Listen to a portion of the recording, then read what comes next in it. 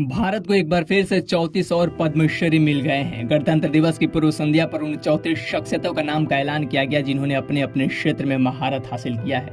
वैसे देश की आजादी के बाद से पद्मश्री पाने वालों की फहरिस्त तो काफी लंबी है, लेकिन आज हम उन खास 34 शख्सियतों में से कुछ लोगों की बात करेंगे जिन्होंने अपने अद्वितीय योगदान से न जाने कितने लोगों की जिंदगी संवारने का काम किया है। मीडिया चैनलों पर अचानक से सुर्खियां बनने वाले इन नामों में सबसे पहले हम बात पार्वती बरुआ की करते हैं। असम की रहने वाली 67 साल की एक ऐसी महिला जिसने रूढ़िवादिता से उभरने के लिए 14 साल की उम्र में जंगली हाथियों को वश में करना शुरू कर दिया था। हाथियों से जुड़े इस काम को लेकर पार्वती को भारत की पहली महिला हाथी महावत भी कहा जाता है। पशु कल्याण से जुड़े इस सामाजिक काम को लेकर पार्वती को पद्मश्री से सम्मानित किया गया। कहते हैं भारतीय कृषि में यदि गेहूं और चावल की फसल न रहे तो अपने भूख को मिटाना मुश्किल हो सकता है।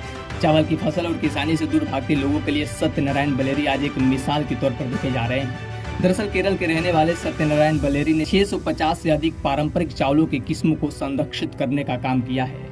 कृषि के क्षेत्र में अकल्पनीय योगदान को लेकर बलेरी को 50 साल की उम्र में पद्मश्री से नवाजा गया। मांझी द माउंटेन मैन, इस नाम से आप लोग भलीभांति परिचित होंगे, लेकिन मांझी द ट्री मैन का नाम भी लिया जाए तो इसमें कोई संदेह नहीं होना चाहिए, क्योंकि पर्यावरण वनीकीकरण के क्षेत्र में जिस शख्स को पद्मश्री दिया गया है उसने बंजर भूमि पर पेड़ उगाने का काम किया है, वो भी एक नहीं बल्कि 5000 से अधिक। इस व्यक्ति का नाम दुकी मांझी है, जो बंगाल के पुरुलिया के रहने वाले हैं, जिन्हें 78 साल की उम्र में पद्मश्री से सम्मानित होने का सौभाग्य प्राप्त हुआ। हमारा देश भले विकसित राष्ट्र की राह पर निकल पड़ा है, लेकिन आज भी भारत के कुछ कोने ऐसे हैं जहां सामाजिक छुआछूत प्रभावी है। हालांकि इन सामाजिक विषमताओं को सामना करते हुए कुछ लोग ऐसे भी हैं जो अपनी मेहनत और लगन से असंभव को संभव बना देते हैं। इन लोगों में पति पत्नी का वो जोड़ा भी शामिल है जिनका नाम शांति पासवान और शिवम पासवान। शांति और शिवम दुसाध समुदाय से आते हैं। सामाजिक विषमताओं का सामना करते हुए की गोदना पेंटिंग ने वैश्विक स्तर पर पहचान बनाई।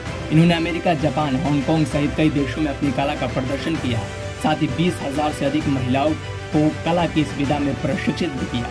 कभी शांति देवी को उनकी जाति की वजह से उनके गांव में पीने का पानी लेने से भी रोक दिया गया था। हालांकि समय के बदलते पहिए ने दोनों पति पत्नी को पद्मश्री के काबिल बना दिया। और वैसे पद्मश्री से सम्मानित इन 34 महारथियों की संघर्ष की कहानी तो काफी लंबी है, जिनको बताने के लिए कई एपिसोड्स का सहारा लेना पड़ेगा। लेकिन चलते चलते हम उस शख्स की बात जरूर करेंगे जिन्होंने जले हुए लोगों से डरकर भागी नहीं बल्कि उनके पुनर्वास का काम किया।